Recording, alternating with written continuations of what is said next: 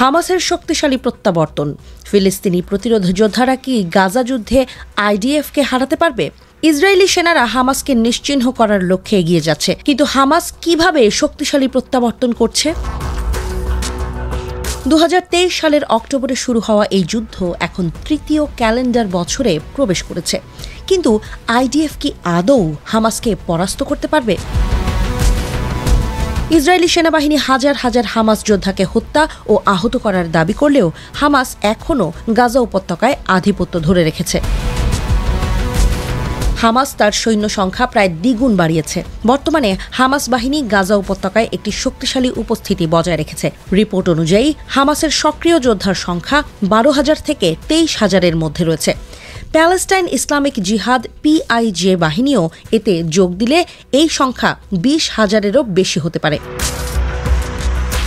IDF দাবি করছে Hamas বাহিনী থেকে 17,000 থেকে 20,000 যোদ্ধাকে তারা হত্যা করেছে, কিন্তু এসব পরিসংখ্যান কি সঠিক? গাজা থেকে আসা প্রতিবেদনগুলো বলছে হামাস এখনও প্রচুর যোদ্ধা ধরে রেখেছে। তারা নিয়মিতভাবে নতুন যোদ্ধা নিয়োগ করছে। হামাসের বাহিনীর শক্তি এবং দক্ষতা নিয়ে ইসরায়েলি প্রতিরক্ষা বাহিনীর উদ্বেগ দিন দিন বেড়ে যাচ্ছে। আইডিএফ দাবি করছে তাদের আক্রমণের মুখে হামাস হাজার হাজার যোদ্ধা হারিয়েছে এবং গাজার মধ্যে অন্তত 6,000 গাজাবাসীকে তারা আটক করেছে। তবে ইসরায়েলের এই সব তথাকথিত সাফল্যের পরেও হামাস মোটেও দুর্বল হয়নি। আইডিএফের জন্য এই যুদ্ধ এখন শুধু এক সামরিক অভিযান নয়, বরং তাদের বাহিনী এবং রাজনৈতিক নেতৃত্বের ওপরও চাপ বেড়েছে। হতাশা থেকে সাধারণ ফিলিস্তিনিদেরকে টার্গেট করছে ইসরায়েল। ইসরায়েলের সঙ্গে চলমান যুদ্ধ শুরুর পর গত প্রায় 15 মাসে ফিলিস্তিনে হামাসের নিয়ন্ত্রিত গাজার জনসংখ্যা 6% কমেছে। ফিলিস্তিনের পরিসংখ্যান দপ্তরের পক্ষ থেকে এই তথ্য জানানো হয়েছে।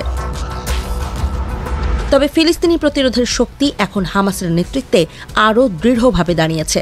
গাজায় হামাসের শক্তিশালী উপস্থিতি আইডিএফের জন্য বড় এক চ্যালেঞ্জ হয়ে দাঁড়িয়েছে। উত্তর গাজার জাবালিয়ার হামাসের সামনে দাঁড়াতেই পারছে না ইসরায়েলি সেনারা।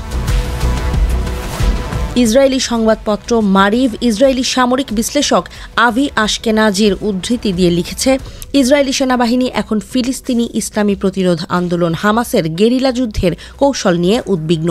কারণ হামাস এখন তাদের যুদ্ধের ধরন বদলেছে এবং গেরিলা যুদ্ধের কৌশল ব্যবহার করছে। পরিস্থিতি তাদের জন্য আরও কঠিন করে তুলছে।